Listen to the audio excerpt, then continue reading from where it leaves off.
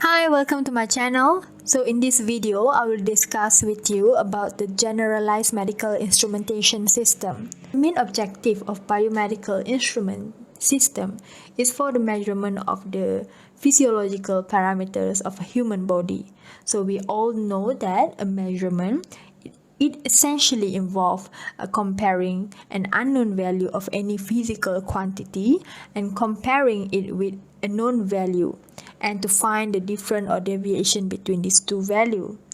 Now, in human body, there are a lot of parameters which can convey a lot of information. Every instrumentation system, they have at least some of the functional components shown in this figure. So the primary flow of information is from this left to this right.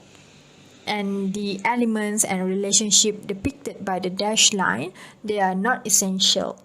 So the major difference between the system of medical instrumentation and the conventional instrumentation system is that the source of the signal is from the living tissue or the energy applied to a living tissue. So now in human body, there are a lot of parameters which can convey a lot of information about how our body is functioning, whether it is functioning normally or abnormally. So these parameters, they are usually used for the diagnostic purpose. For example, high body temperature. They can tell us whether someone is having fever or no.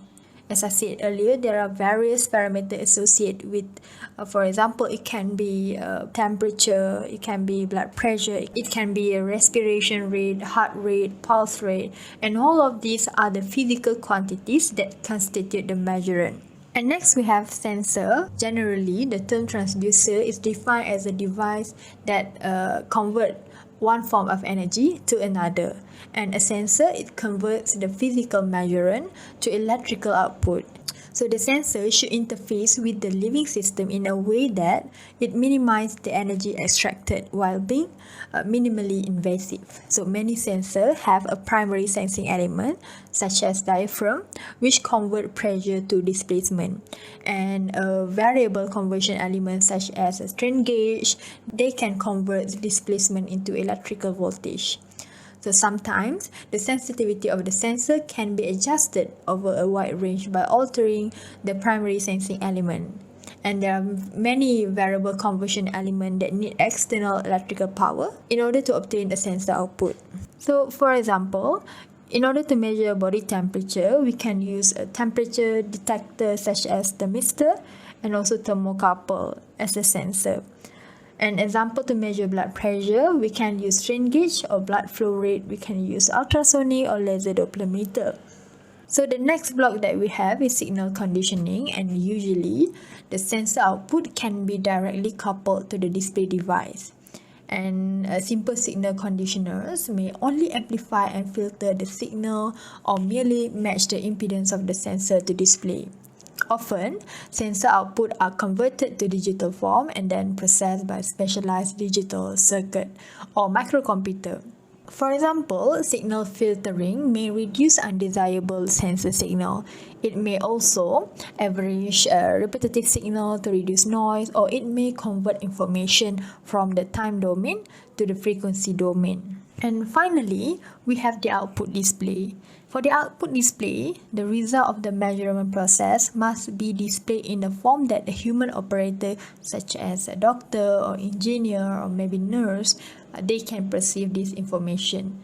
And the best form for the display may be a numerical or graphical, discrete or continuous, permanent or temporary, depending on the particular measurement and how the operator will use the information.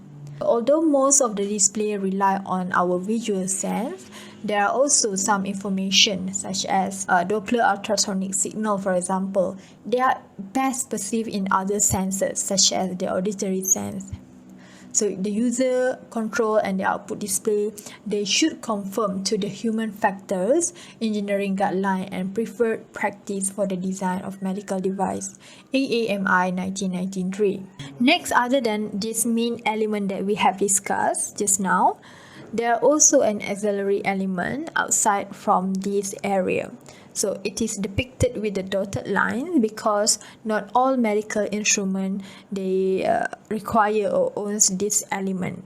So here we have a calibration signal. So a calibration signal with the properties of the measurand should be applied to the sensor input or as early in the signal processing chain as possible.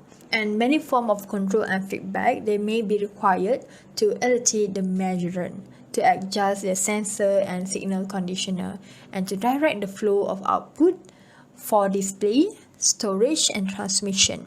So control and feedback may be automatic or manual. The data may be stored briefly to meet the requirement of signal conditioning or to enable the operator to examine the data that precede alarm condition.